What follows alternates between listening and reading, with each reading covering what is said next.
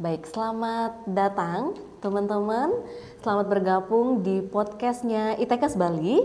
Tentunya hari ini bersama saya Inge, kita akan membahas topik-topik kesehatan yang sedang naik daun.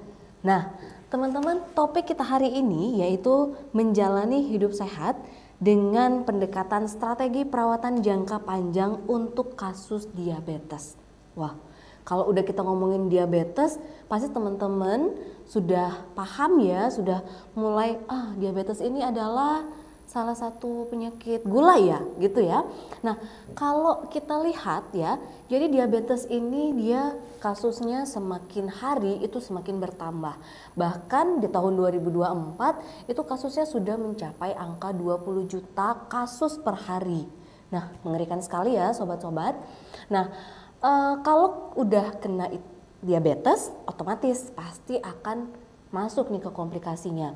Salah satu komplikasinya yang paling sering kita temui di masyarakat itu adalah luka diabetes atau kita sebut dengan ulkus diabetikum. Kalau udah kena luka diabetes, otomatis ujung-ujungnya nggak dirawat gitu ya, tidak dilakukan perawatan dengan baik, tidak didampingi oleh keluarga yang paham bagaimana sebenarnya perawatan luka diabetes, pasti ujung-ujungnya adalah amputasi. Aduh, kasihan banget ya kalau udah sampai amputasi, kualitas hidupnya juga pasti akan menurun. Nah, untuk itu saya kedatangan satu narasumber yang expert di bidangnya. Oke, kita sapa dulu ya, Nurse Widi. Halo Nurse Widi, selamat datang di studio kami. Nah, Nurse Widi ini merupakan seorang perawat di Rumah Sakit Manasanti Mahotama atau yang lebih kita kenal Rumah Sakit Jiwa Provinsi Bali ya. Nah, beliau juga merupakan owner dari Agus Widi Care yang beralamat di Kecamatan Banjarangkan, Kabupaten Klungkung. Nah, Nurse Widi ini adalah salah satu alumni kita ya, yang mana beliau tamat atau lulus di tahun 2015, betul ya? Nah, kemudian Nurse Widi juga aktif mengikuti pelatihan-pelatihan seperti pelatihan Certified Trainer Nurse CTN oleh Inwokna Bali, kemudian ada pelatihan Certified Basic Wound Care Nurse. Kemudian Nurse Widi juga aktif menulis buku yang berjudul Perawatan Luka Modern pada Luka Kronis, Proses Infeksi pada Luka dan Cara Pengambilan Kultur. Nah, Nurse Widi ini ternyata aktif sekali ya, selain menjadi seorang perawat juga aktif di bidang pendidikan. Nah, Nurse Widi, hari ini kita akan berbincang-bincang mengenai gimana sih sebenarnya cara merawat luka diabetes gitu ya. Mungkin teman-teman sini pengen tahu dulu sebenarnya kenapa sih kok kalau pasien diabetes itu harus lebih aware terhadap kesehatan kaki mereka gitu. Dan gimana sih sebenarnya perjalanan penyakit dari diabetes itu sampai akhirnya menjadi komplikasinya ke kaki. Mungkin bisa dijelaskan sedikit. Baik ya, jadi begini. Jadi ketika pasien diabetes itu sudah mulai tidak merawat kakinya dengan baik, nah, itu kemungkinan akan terjadinya diabetic foot ulcer atau luka pada kaki, luka diabetes pada kaki. Nah, luka diabetes pada kaki ini itu akan memberikan dampak untuk kesehatan pasien untuk berkelanjutannya. Seperti misalkan dia akan mengalami gangguan mobilitas, aktivitas, sampai juga bisa terjadinya amputasi pada pasien dengan diabetes. Jelas itu akan mempengaruhi kualitas dari pasiennya. Nah, terkait bagaimana sih caranya kita untuk kenapa merawat kaki itu menjadi sesuatu yang sangat penting? Itu karena ketika ada luka sekecil apapun pada pasien diabetes, itu akan memiliki risiko infeksi yang lebih tinggi dibandingkan dengan pasien yang tanpa diabetes. Faktor-faktor inilah yang membuat kita harus merawat atau menjaga kaki dengan baik agar proses infeksinya ini tidak memanjang dan juga proses penyembuhan luka juga akan menjadi lebih cepat seperti itu. Iya, oke. Terima kasih Nurse Widi. Itu secara singkat ya gambarannya sebenarnya gimana sih kok bisa sih ya pasien diabetes itu sampai komplikasi begitu ya. Nah, selain itu teman-teman, kita juga di sini akan membahas mengenai strategi perawatan jangka panjang. Nah, di studio ini tidak hanya ada saya dan Nurse Widya, tapi juga ada seorang wanita cantik ya dan famous di kalangan ITKes Bali. Oke, kita sapa dulu Ibu Mega. Oke, gimana Bu, sehat? Sungguh sehat. Iya, oke. Katanya Bu Mega ini merupakan salah satu lulusan UI ya, di tahun lulusnya 2018 ya, benar ya Bu ya? Nah, Ibu Mega spesialisasinya di keperawatan medikal bedah, betul?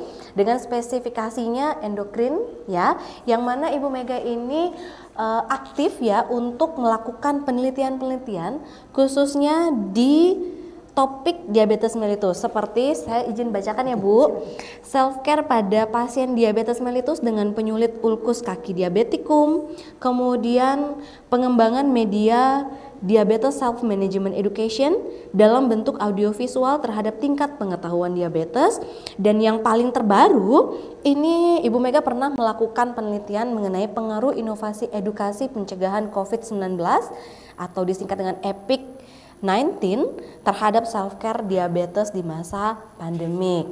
Kemudian beliau juga aktif menulis buku seperti buku-buku yang sudah terbit ya. Judulnya Pedoman Edukasi pada Kanker Tiroid dengan Ablasi, kemudian Asuhan Keperawatan pada Diabetes Mellitus dengan penyulit melalui pendekatan teori self-care OREM. Dan yang paling terbaru ini yang sudah launching bukunya itu judulnya adalah Manajemen Diabetes Berbasis Self-Care. Nah, ternyata Ibu Mega ini selain merupakan salah satu pengajar di ITKes Bali yang famous banget ya, dengan senyum yang manis ya, beliau juga aktif untuk mengembangkan keilmuannya di bidang penelitian dan menulis buku. Nah, Bu Mega, mungkin saya mau tanya sedikit nih, teman-teman pasti akan mulai bertanya-tanya, sebenarnya perawatan jangka panjang itu di kasus diabetes itu seperti apa sih gitu ya, dan ada nggak sih tren terbaru untuk manajemen diabetes saat ini? Baik, terima kasih saya ucapkan kepada Ibu Inge sudah mengundang di acara podcast kali ini. Saya izin menjawab tentang perawatan jangka panjang ya di manajemen diabetes yang kita bisa singkat PJP gitu ya. Nah, secara konsep perawatan jangka panjang itu merupakan serangkaian rawatan ya, serangkaian rawatan yang diberikan kepada seseorang individu, di mana individu itu mengalami gangguan atau disfungsi secara kognitif maupun fisik, dan perawatan yang diberikan itu lama gitu, secara kontinu. Nah, konon atau secara global bahwasanya PJP itu hanya diberikan kepada lansia, karena mengingat lansia itu adanya keterbatasan fungsi ya, berbagai fungsi organ. Akan tetapi berkembangnya zaman, teknologi dan juga ilmu pengetahuan, PJP ini mulai diadopsi di beberapa tingkat rawatan. Salah satunya itu adalah penyakit kronis, dan sekarang saya berusaha untuk mengintegrasikannya di pasien diabetes, karena diabetes itu seseorang yang sudah terdiagnosa diabetes mellitus, artinya mereka itu harus secara mandiri aktif dalam mengelola diabetesnya untuk mencegah terjadinya komplikasi, bahkan apabila sudah terjadi komplikasi di pasien tersebut mencegah terjadi progresivitas yang buruk seperti itu. Nah, untuk inovasi banyak ya, sudah inovasi-inovasi yang dilakukan oleh para peneliti-peneliti yang terkait diabetes untuk menunjang dari perawatan jangka panjang tersebut. Seperti tadi yang sudah dibacakan Ibu Inge, saya menciptakan sebuah edukasi dalam bentuk audiovisual, di mana pada saat diabetes itu di rumah atau dimanapun bisa mengakses informasi yang diciptakan atau bisa diakses melalui YouTube misalnya. Jadi dia tidak ada alasan untuk lupa. Jadi pada saat dia lupa dia bisa langsung membuka informasi tersebut. Nah, begitu juga pada saat pandemi, karena diabetes itu merupakan salah satu resiko ya, resiko tinggi terjadi COVID, karena terjadi penurunan daya tahan tubuh. Nah, di sana juga saya membuat sebuah video edukasi yang difokuskan untuk pencegahan infeksi pada pasien diabetes. Mungkin seperti itu yang bisa. Oke, terima kasih Bu Mega. Nah, teman-teman, pasti banyak sekali pertanyaan-pertanyaan yang pengen kita tanyain gitu ya, tentang gimana sih merawat kaki begitu ya. Nah, ini beberapa pertanyaan yang memang kami rangkum ditujukan oleh teman-teman di ITKS Bali untuk Nurse Widi. Nah, Nurse Widi ini ada pertanyaan nih. Sebenarnya ada nggak sih perbedaan risiko antara pasien diabetes tipe 1 dan tipe 2 dalam hal komplikasi kaki?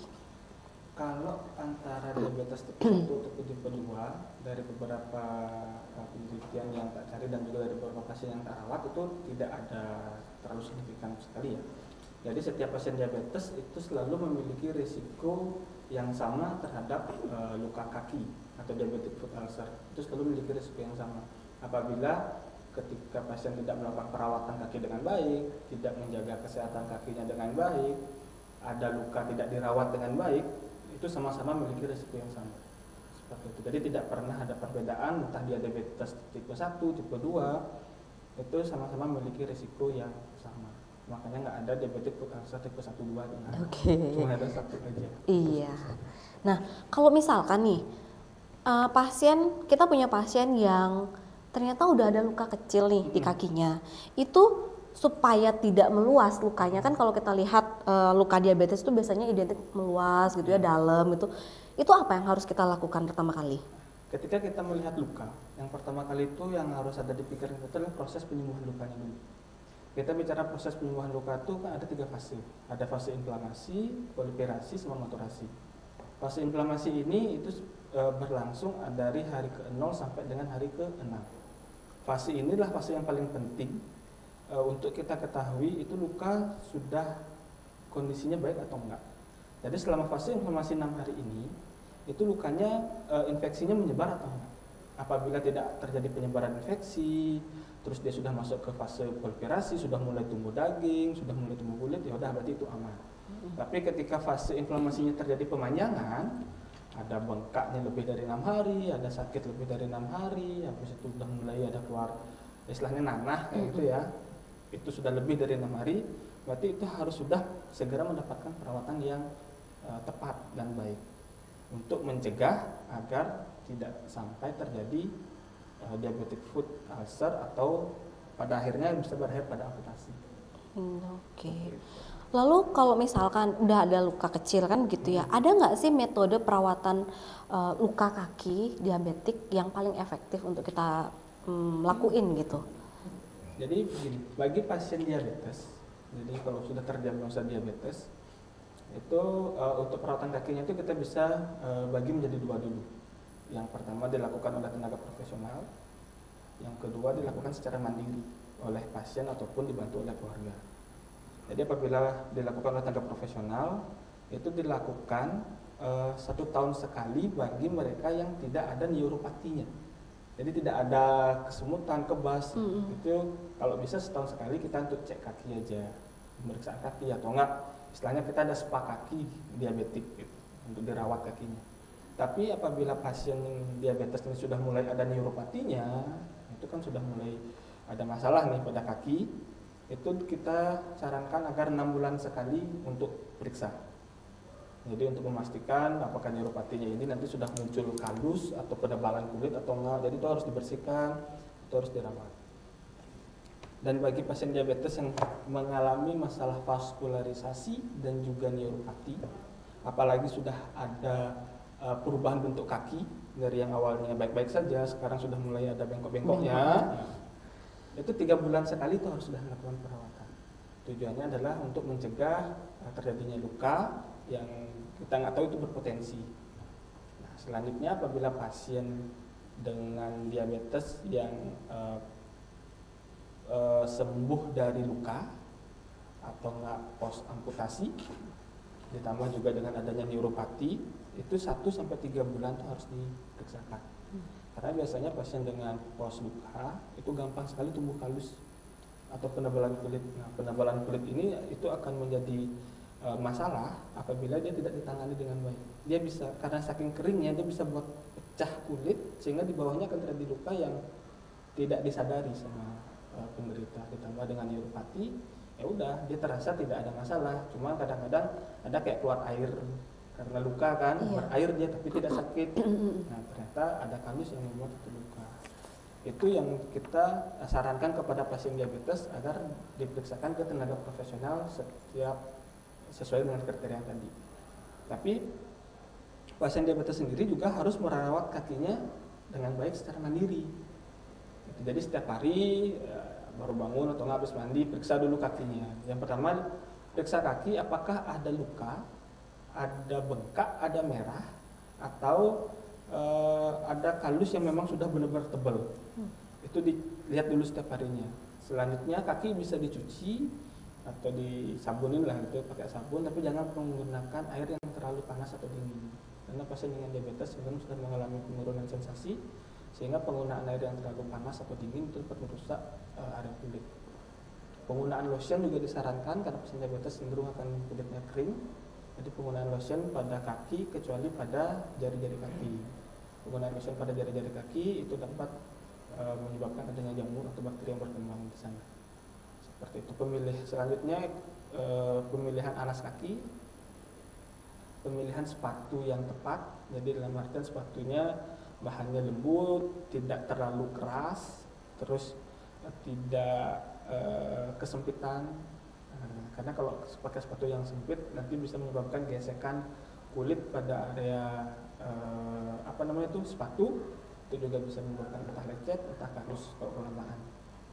Dan juga pemilihan kaos kaki usahakan menggunakan bahan yang lembut, jangan menggunakan kayak bahan nilon. Itu kan ada beberapa kaos kaki dengan bahan nilon itu sangat tidak disarankan karena itu bisa membuat lecet. Kalau bisa pilih yang bahan katun, itu lebih direkomendasikan. Dan juga kalau misalkan pakai sepatu setiap hari bosan kan, maunya pakai sandal, usahakan juga memilih sandal yang dengan bahan yang lembut, yang bagus.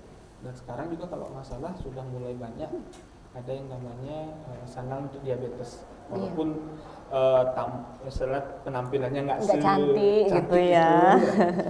Tapi akan menjadi cantik kalau kakinya tidak luka. Betul. Gitu. Lebih baik kakinya hilang gitu. Iya. Seperti itu. Jadi ada pemilihan-pemilihan yang memang bisa kita lakukan. Dan juga untuk merawat kaki berhubungan juga dengan neuropatinya, mungkin bisa di kayak jalan-jalan sama senam kaki, itu juga bisa meningkatkan vaskularisasi, sehingga vaskularisasi ke kaki bagus, kaki juga akan sehat. Itu aja sih untuk yang mandiri sama yang ke profesionalnya. Oke. Sekarang kita balik lagi nih ke Bu Mega. Nah, kalau tadi Bu, kan tadi kita sudah melihat ya, udah kita mendengar, ini loh cara perawatan kakinya dan sebagainya. Nah, kalau dalam perawatan diabetes sendiri, itu gimana sih sebenarnya cara mengintegrasikan layanan primer, sekunder, dan tersier dalam kasusnya perawatan diabetes? Oke, baik. Jadi jika kita melihat jenis pelayanan apa yang diberikan di layanan primer, sekunder, dan tersier, itu tergantung dari tingkat kebutuhan, seperti itu ya. Nah, seperti kita ketahui pada layanan primer yang biasa kita sebut dengan puskesmas ya, ada puskesmas, kemudian ada praktek-praktek klinik swasta atau milik pemerintah, itu bersifat screening atau deteksi. Nah, jadi pihak layanan primer tersebut akan bekerja sama dengan masyarakat atau tokoh-tokoh setempat untuk memberikan promosi ya, karena layanan primer itu akan lebih sifatnya promosi, memberikan edukasi terkait diabetes misalnya, kemudian di sana akan dilakukan screening kira-kira dari masyarakat tersebut ada diabetesnya berapa, kemudian bagaimana caranya untuk mencegah terjadinya penyulit tadi, seperti contoh ukus kaki yang paling banyak gitu ya. Nah, itu bisa didapatkan di layanan primer. Kemudian pada layanan primer juga bisa didapatkan bagaimana sih masyarakat ini bisa mencegah terjadinya kondisi hiperglikemia. Kemudian di sana juga masyarakat bisa mendapatkan tentang pengaturan gizi gitu ya, nutrisi yang erat kaitannya dengan kondisi hiperglikemia pada pasien DM. Artinya bahwa pada layanan primer itu tata laksana DM yang khususnya 5 pilar yang kita kenal sebagai 5 pilar tata laksana DM itu akan dipromosikan di layanan primer seperti itu. Nah, kemudian apabila pasien diabetes sudah terkena penyulit gitu ya, atau komplikasi sebagai penyulitnya mereka, salah satunya misalnya ulkus atau penyakit lain, dan itu tidak bisa ditangani di layanan primer, itu bisa dirujuk di layanan sekunder ya, karena layanan sekunder itu menyediakan pemeriksaan spesialis dan subspesialis, dan juga pasien yang dirujuk itu memerlukan bisa diberikan pelayanan rawat inap, karena tidak semua layanan primer di Bali khususnya itu memiliki layanan untuk rawat inap. Nah, bisa dirujuk di sekunder, dan di sana pun untuk kasus pasien diabetes itu akan lebih kompleks lagi gitu ya, sehingga memerlukan penanganan yang lebih baik daripada layanan primer. Kemudian contoh di layanan sekunder di Bali, contohnya pada rumah sakit swasta ya, ada rumah sakit swasta seperti Bros, kemudian mohon maaf saya menyebutkan ini ya contohnya aja gitu ya, Bros, kemudian ada rumah sakit mata, nah itu biasanya di tipe C, rumah sakit tipe C itu layanan sekunder. Nah, untuk di layanan tersier artinya sudah lebih kompleks lagi, karena di layanan tersier ini biasanya hanya ada pada rumah sakit tipe B dan tipe A.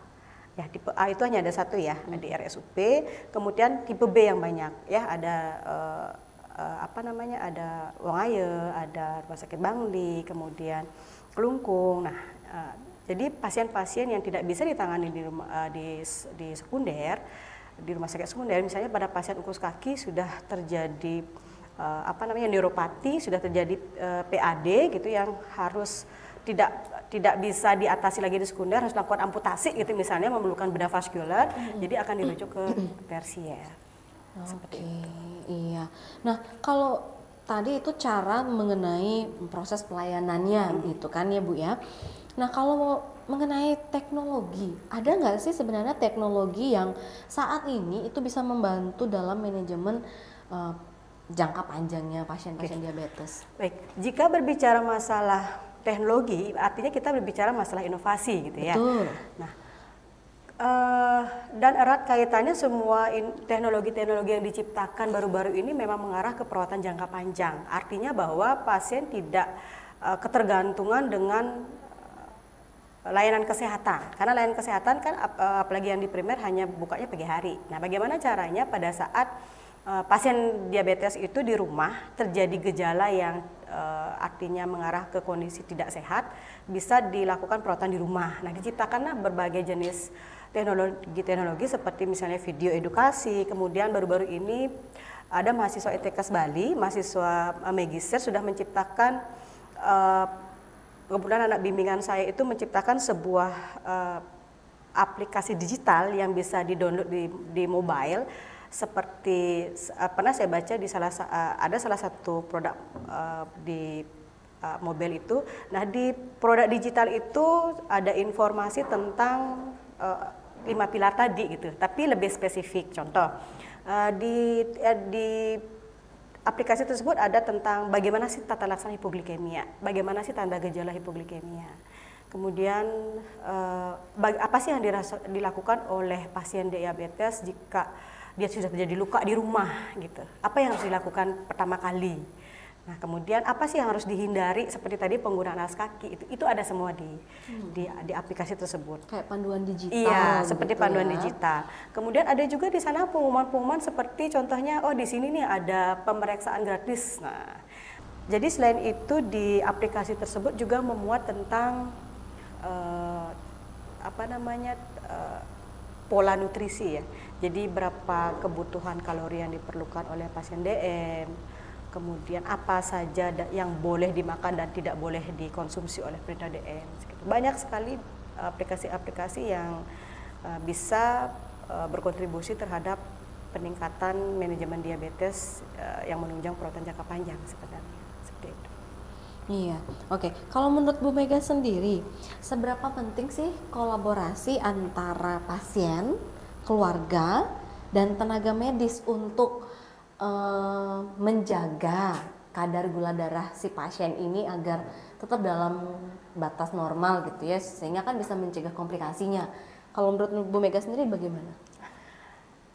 Jika kita bicara tentang kolaborasi, itu artinya kita sudah mulai terlibat dalam perawatan jangka panjang.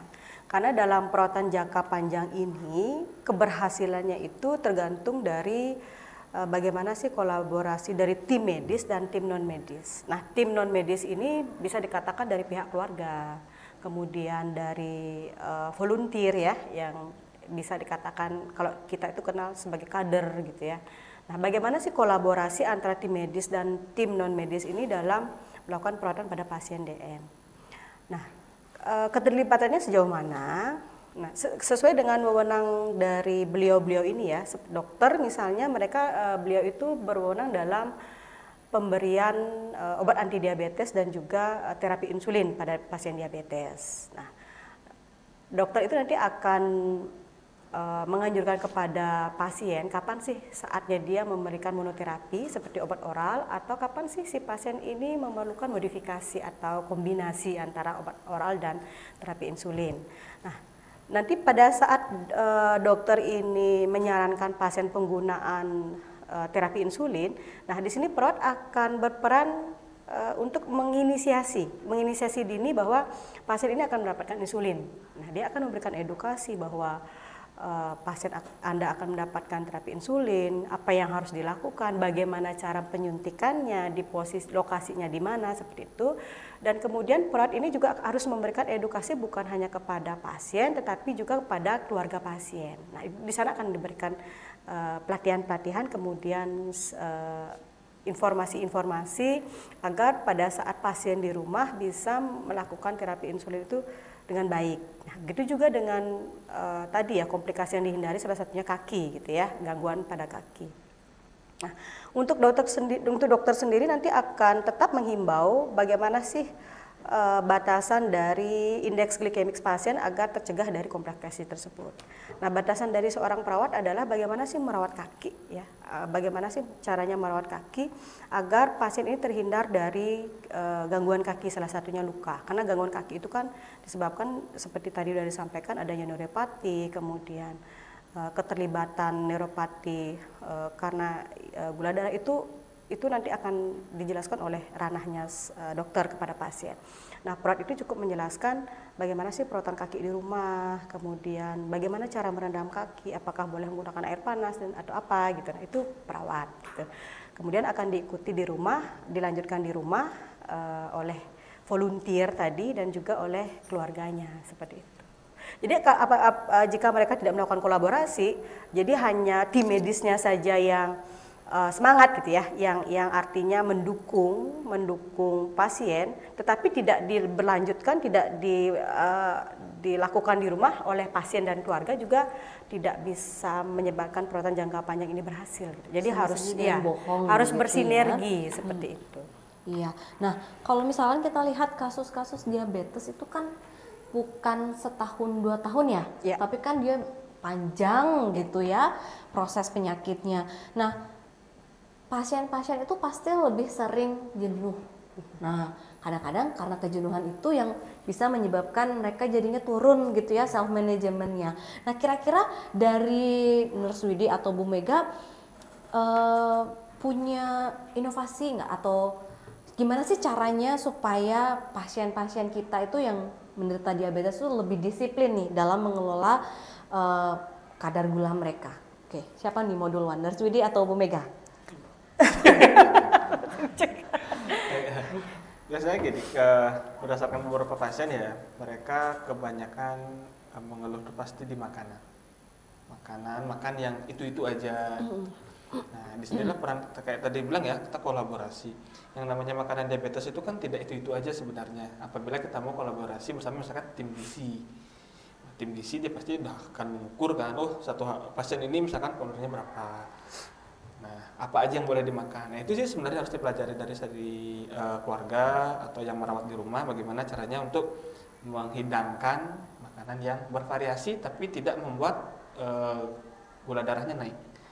Selanjutnya juga aktivitas fisik jadi jangan dipaksa pasiennya untuk aktivitas fisik terlalu berat ya. Mungkin ya jalan santai di lapangan, ya, nikmati pemandangan. Kan mereka juga ada pastinya udah jenuh dengan keseharian yang disuruh diem, jangan apa-ngapain nanti gini kan, itu yang sering terjadi di rumah.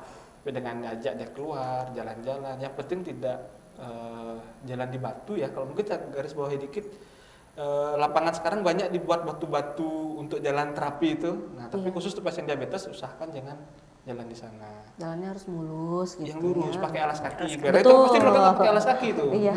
Sama ke pantai lagi satu, hati-hati sekali karena pasirnya juga dapat membuat sedikit gesekan-gesekan yang tidak baik.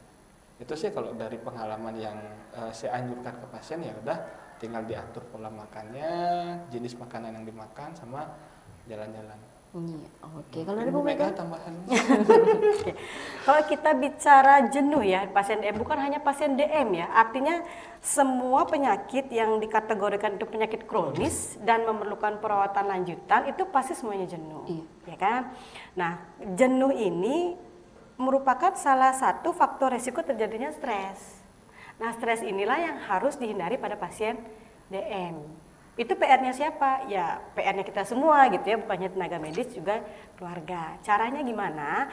Tadi seperti yang dikatakan oleh Nurse Widi, kadang-kadang makanan benar sekali. Kadang-kadang pasien itu jenuh ya, makannya diukur. Bukan hanya pasien DM, semua pasien ini. Harus makanannya harus tinggi serat, tidak boleh gula, tidak boleh gorengan gitu kan. Kadang-kadang dia ingin mencicipi gorengan gitu. Nah, persepsi ini harus diluruskan di masyarakat ya. Artinya bahwa pasien diabetes itu manusia seperti biasa, di mana memang menu makanannya itu sama dengan manusia biasa, tapi disesuaikan dengan kebutuhan kalori dan gizi mereka masing-masing. Gitu. Nah, misalnya nih si diabetes ini atau pasien diabetes ini menginginkan makan gorengan gitu kan, boleh, tetapi harus tetap diukur itu berapa kalori. Nah, kita harus ingat pasien DM itu harus 5 pilar, itu harus benar-benar komprehensif dilakukan. Nggak boleh satu-satu, kalau diet aja tapi nggak minum obat, salah. Atau enggak, saya sudah minum obat, saya sudah diet tapi nggak latihan jasmani, salah juga. Jadi harus komprehensif. Jadi harus benar-benar ya, harus berlima itu harus jalan untuk menjaga indeks glikemik itu stabil, bagus gitu ya. Nah, misalnya nih pasiennya ingin cheating gitu ya, artinya ingin nyuri makanan gitu.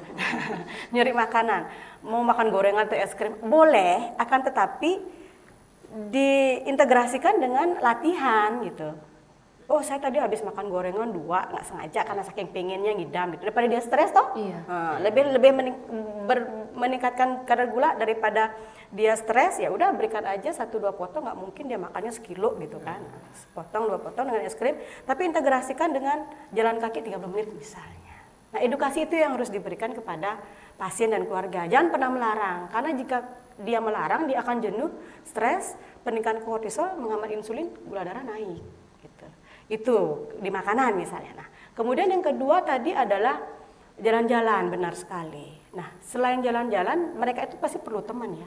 Nah, makanya diciptakan di layanan primer itu seperti paguyuban. Artinya di sana ada teman curhat. Nah, gimana sih, ngapain sih, lagi ngapain? Nah, mereka bisa kumpul di sana atau komunikasi via WA group, atau mereka merencanakan ada touring gitu kan. Nah, itu juga bisa salah satu solusi untuk mencegah kejenuhan dari pasien diabetes. Bukan hanya diabetes saja ya, ini berlaku untuk seluruh masyarakat. Iya, pasien yang memang mengidap penyakit kronis. Ya, oke. Nah, Nurse Widi, ini ada yang nanya nih, apa sih tantangan terbesar ketika Nurse Widi melakukan perawatan pada pasien diabetes yang memang sudah komplikasinya udah lumayan banyak gitu ya, udah punya luka diabetes, itu apa sih tantangan terbesarnya? Seperti tadi pasiennya jenuh, sehingga di awal-awal dia misalkan mengalami luka, itu dia ketat banget, mulai dari dietnya ketat, habis itu jaga nutrisinya bagus dan lain sebagainya ya, termasuk jaga kakinya. Nah, tapi ketika misalkan sudah mulai membaik, sudah mulai sembuh, longgar lagi semuanya. Datang lagi 6 bulan, datang lagi dengan keluhan yang sama.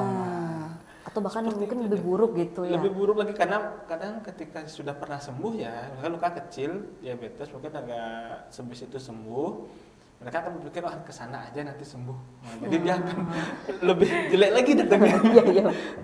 Kalau yang lebih mungkin agak lebih berat, takut, dia baru luka dikit udah datang. Kalau yang berpikir di sana aja nanti sembuh, bisa jadi datangnya lebih nggak bagus dia. Gitu. Berarti memang tantangan terbesarnya itu adalah kejenuhan dari si pasien itu sendiri ya untuk menurunkan komplikasinya. Karena kan ini kita bicara penyakit kronis ya, lama banget kan ya, bukan 1 tahun 2 tahun mereka sembuh, beda kayak panas 3 hari sembuh kan. Jadi mereka ada rasa, aduh segini aja nih, bosen kayak gitu. Pada akhirnya longgar semua, ya udah terjadi lagi. Iya, oke. Ada nggak sih, untuk yang terakhir kali nih ya, untuk yang terakhir nih, ada nggak sih pesan utama yang mau disampaikan kepada teman-teman ataupun bapak dan ibu di luar sana yang sudah mengidap diabetes supaya lebih peduli nih terhadap kesehatan kakinya gitu? Mungkin saya mengutip kata-kata ya kayak kakak ya yang ngajarin saya tentang perawatan luka. Beliau pernah bilang bahwa kaki itu adalah emas bagi pasien diabetes. Nah, untuk sekarang pesan saya adalah ya jaga kaki itu biar nggak kehilangan emas. Betul. Karena ketika sudah luka, harga dari perawatan kaki atau biaya yang dikeluarkan untuk melakukan perawatan kaki, entah itu dari lukanya, misalkan sampai sembuh, itu bisa lebih mahal dari harga emas. Iya betul. Itu lebih mahal dari harga emas sekarang. Nggak bisa dihitung per gram lagi ya. Bisa itu berapa gram yang harus dihabiskan. Jadi jaga kakinya dengan baik, jangan sampai kehilangan emas itu. Oke, hebat banget ya. Kaki itu adalah emas gitu ya. Sekarang berapa ya harga emas ya per gram ya? Sudah mencapai 2 juta ya? Belum ya? Satu empat itu sebulan habis itu. Kalau perawat luka. Atau bahkan lebih ya? Lebih. Jadi kalau rawat 3 bulan, ya udah dikaliin. Berapa? Iya, kalau dari Bu Mega sendiri, ada nggak pesan-pesan yang ingin disampaikan kepada para pendengar supaya lebih peduli lagi untuk mau melakukan manajemen diabetes dalam perawatan jangka panjangnya? Boleh untuk keluarga, boleh untuk pasien ya. Oke. Tadi Naswidi mengangkat dari pesan kakak gitu ya. Jadi saya mengangkat dari seorang ilmuwan. Beda ya, ini ya. Sudut pandangnya berbeda gitu. Jadi saya lebih meringkas dari pesan dari teori Orem yang mengatakan bahwa kalau misalnya seseorang yang sudah terkena chronic illness, penyakit kronis itu, dia wajib memiliki self care yang adekuat. Tujuannya adalah untuk dia mandiri dalam pengelolaan penyakitnya. Nah, karena kenapa? Yang memerlukan badan kita sehat kan diri kita gitu. Kalau kita sendiri yang nggak mandiri, bagaimana kita bisa meningkatkan kualitas hidup gitu. Jadi pesan saya di sini adalah jika kita atau anggota keluarga sudah terdiagnosa penyakit kronis, bantu dia untuk memandirikan dirinya dia sendiri, kemampuan dirinya dia sendiri, sehingga agar dia bisa mencapai kualitas hidup yang lebih baik. Jangan tidak boleh juga terlalu memanjakan. Jadi bagaimana cara si pasien ini agar lebih mandiri lagi untuk mengendalikan ini loh sakit Anda. Yang bisa mengendalikan cuma dia, gitu, bukan orang lain. Seperti itu. Oke, harus memandirikan pasien itu ya. Oke, teman-teman ITKes Bali dan pendengar setia dari podcast FEM, ya, itu tadi bahasan kita mengenai cara merawat kaki khususnya pada pasien diabetes agar mencapai kualitas hidup yang lebih baik. Nah, teman-teman sekalian, terima kasih karena sudah bergabung di podcast kami.